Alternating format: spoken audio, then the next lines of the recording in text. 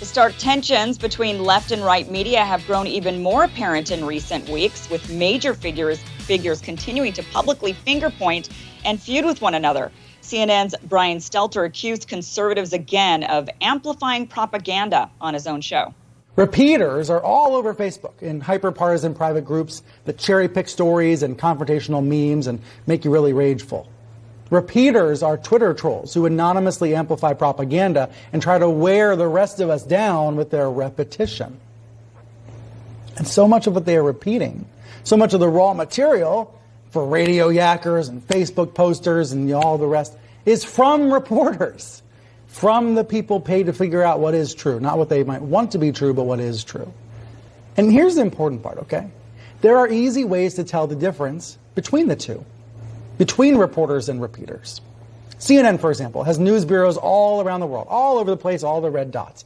That's a lot of reporting power. Meanwhile, Fox News hosts commemorated the network's 25th anniversary with some of their own braggadocio. Yeah. Don't you wish you had a dime for every time somebody said to you, what would happen to America if we didn't have Fox News? I mean, we'd have no alternative information at all. I mean, just think about that. The democracy essentially would die. You can't have a democracy like that. It dies in darkness. It dies in darkness. That's what they say. I heard that somewhere. Jim Acosta even dragged Andrew Yang into it, taking issue with Yang's recent appearance on Tucker Carlson's show. Yeah, I mean, Andrew, I just have to ask, I mean, Tucker Carlson, let's just say he's just a bad person, and he represents so much of what is wrong in television news these days. You know this all too well. He spouts off white nationalist talking points, and so why would you even go on his show? And why didn't you go after him when he's citing the Unabomber and talking? I mean, just crazy stuff. One of the things we have to do, Jim, is try and take the temperature of the country down. And the only way to do that is to reach out to people where they are. Yeah, I mean, look at Andrew Yang's face right there when Jim Acosta's saying, oh, he's a white, he's spouting all this stuff. I mean, look, I hate this. I hate it when people say, how dare you platform that person, or how dare you talk to that other person, and why would you even give them the time of day?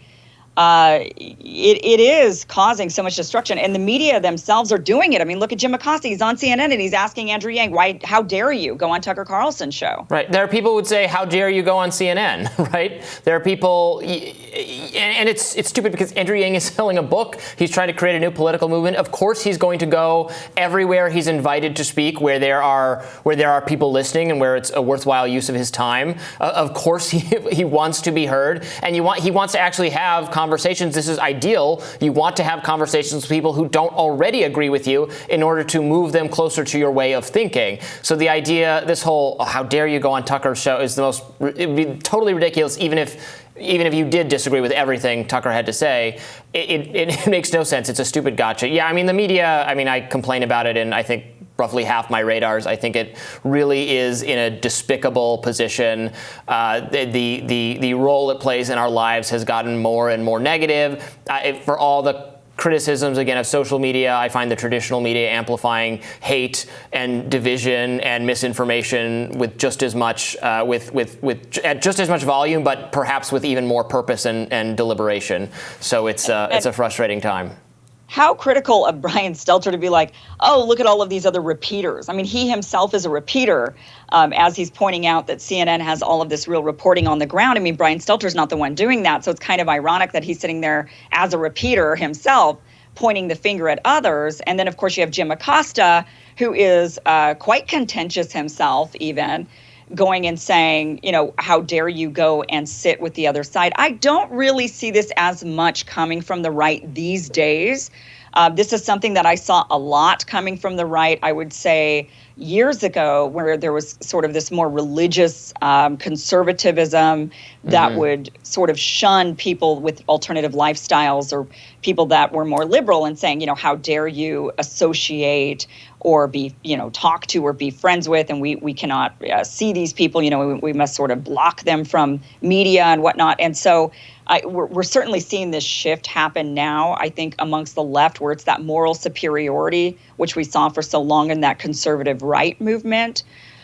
But, Well, I applaud Andrew Yang for saying, look, we've got to take the temperature down. And I agree. We've got, and remember Bernie Sanders, who was totally eviscerated for going on and doing a Fox News town hall. I mean, I get it all the time. I've been on Tucker's show before. I was on Fox News this weekend. I was on Howard Kurtz's show, and I saw, some people will be like, how dare you do that? And I've been on Brian Stelter's show, and I do. Some people will go, how can you even stand that guy? And I criticize him all the time. So to his credit, in that way, even though I'm critical often of what CNN is doing, they still have me on, which I think is I think that's a benefit to them, because you want to have these cross ideological conversations. I mean, that's part of what we're trying to do here, you and I, is have civil discussions, but we don't agree on everything, and we actually have a range of opinions expressed, because on so much television news these days is just host bringing on someone to repeat like the host's own talking points, and there's not a lot of, or it's just the most partisan, horrible, bickering, screaming, unproductive kind of conversations.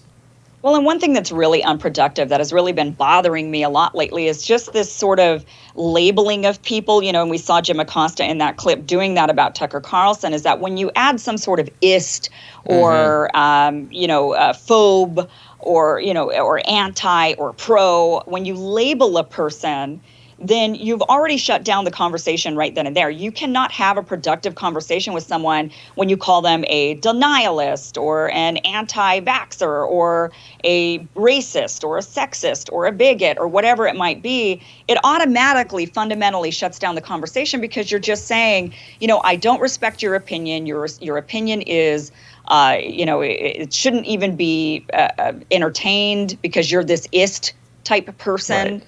And that is also just something that's really, we've got to somehow break through. And that is like what you mentioned, what we're trying to do here on the show is break through those barriers and have productive conversations without the labels, without the smears, without the ad hominems. Because then it's a criticism of the person rather than the things they're saying. If you're adding the ist and the anti, then you're speaking to who they are fundamentally as a person. That's what cancel culture tends to do to people. It's not you said something harmful or insensitive. You are the racist. You are the sexist, etc. That's just like, okay, there's nothing. That's all there is to you. You are just defined forever by this thing we hate about you, and that's what, and it's you we're attacking, not even what you did or what you said or what we disagree with. That is just and therefore toxic. We shouldn't even have even have the conversation with you, because clearly you're this thing, and you don't deserve for us to even hear your opinion or why you think certain things. It is a very toxic culture, and somehow we've got to break through that, which we're trying to do. So, wish us luck. Exactly. And we'll have more of that after the break. Stay with us, please.